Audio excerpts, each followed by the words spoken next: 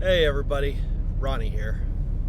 So, some folks have been asking me what the differences are between the trucks that I've had with Super Ego. So, let's get into this. Uh, the first truck that I had was a Freightliner Cascadia. It was a 2023. Um, and it was a base model Cascadia.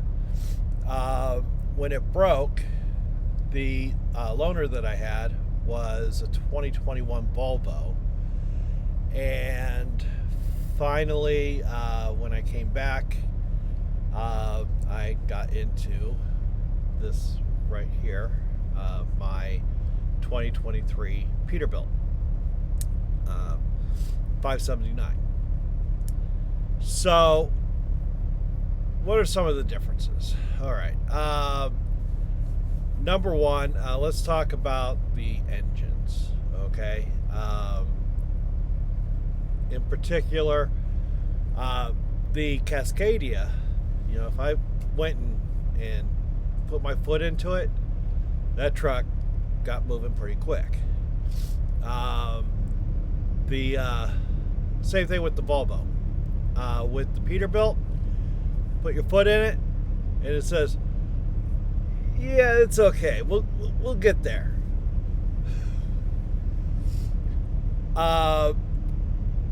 Its 0 to 60 time is measured in decades, but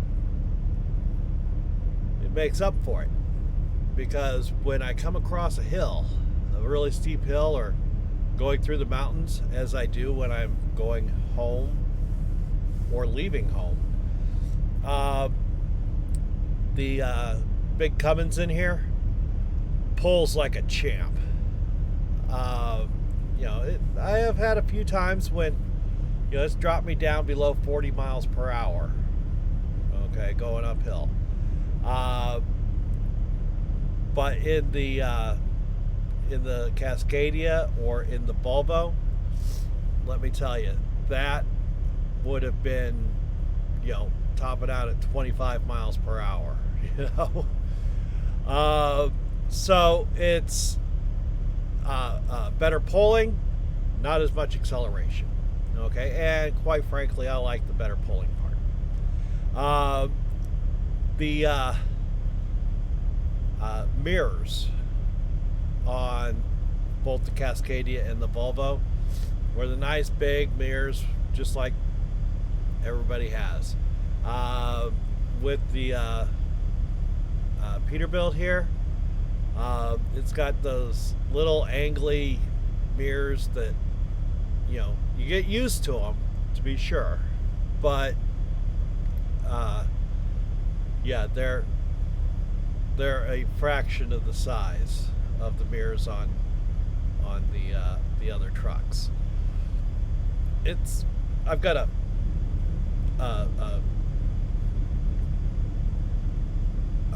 Kenworth sitting right next to me, and it's got full size mirrors.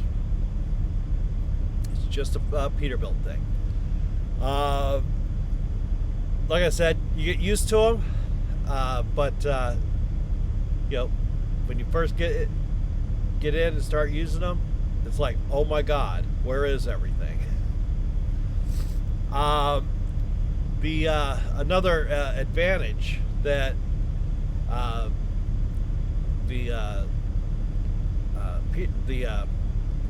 I can't think, the Freightliner had was right there on the dash, right where close to the driver. There are so many 12-volt plug-ins, the cigarette lighter plugs. I had no problem, okay, plugging things in that I needed, okay, because as we talked about before, I've got my GPS, I've got my cell phone as an added bonus, as you can see up here. I've got the GoPro running, and of course course, if I want it to keep running more than about an hour, it needs to be plugged in also. So that was really good. Didn't have to scrounge or anything. Had plenty of outlets. With the Volvo, it still had plenty, but not as many. Here in the Peterbilt, I have up by the driver, I have one 12-volt plug-in and two USB ports, which is not enough for me. Okay, I had to go and get a splitter for the 12 volt. Other differences. The sleeper berth on this Peterbilt is much better than either the Volvo or the Freightliner.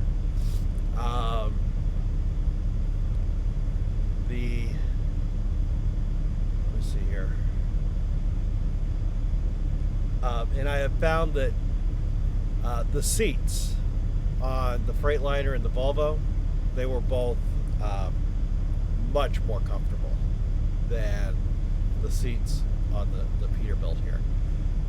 With that said, I did get a little purple butt pad, and that does seem to have taken care of most of it. Okay. I was watching the road footage and noticed that, yes, I broke one of my rules. I went through a toll booth. The load that I was under yesterday was really late. It was not my fault. The shipper took an extra 5 hours to load me, and so that put me 5 hours back. I had to have a 10-hour break in between, and it put me way behind. The receiver kept someone at the warehouse to unload me way past when they were supposed to go home. Okay, so I said, you know what, I can do the very least, and just get there as quickly as possible. The quickest way was to spend an extra $25 on tolls. Not a biggie, but you know, my rule is don't pay for tolls if you don't have to. It would have added an hour to avoid the toll road. That's it. What else have we got here? But yeah, the sleeper berth on the Peterbilt is so much better. I just really cannot get express that enough. That's really, I guess, the biggest things, the biggest differences between the three. The headlight situation. The headlights on the Cascadia and the Volvo are 1,000 times better. Okay, the headlights on here are serviceable. Fortunately, I don't do a lot of night driving. Okay, just some real early morning stuff sometimes, as you saw at the beginning of this video. But they, and if I hadn't had all the time in the Freightliner, I probably wouldn't even bat an eye about it. But the Freightliner's headlights were much, much, much better. It doesn't help that one of my high beams is out of adjustment. Gives me a really, when I turn the high beams on, gives me a really great view of 10 feet in front of the truck. So I've got to get that adjusted. But other than that, they're just not quite as bright. Okay, which I suppose the drivers coming from the other direction really appreciate. But yeah, that's really those are the big differences. Okay, you got acceleration versus pulling power, and that's torque. If you actually understand how torque works. If you want to go fast, the Freightliner's great. If you want to be able to pull up the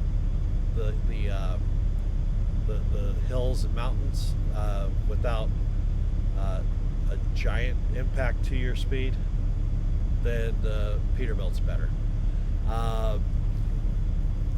And the plug situation, the outlet situation on the Freightliner is much better than on the Peterbilt. It's just there's no comparison there. Thank goodness they make the adapters, okay, and otherwise doing these videos would be a lot harder.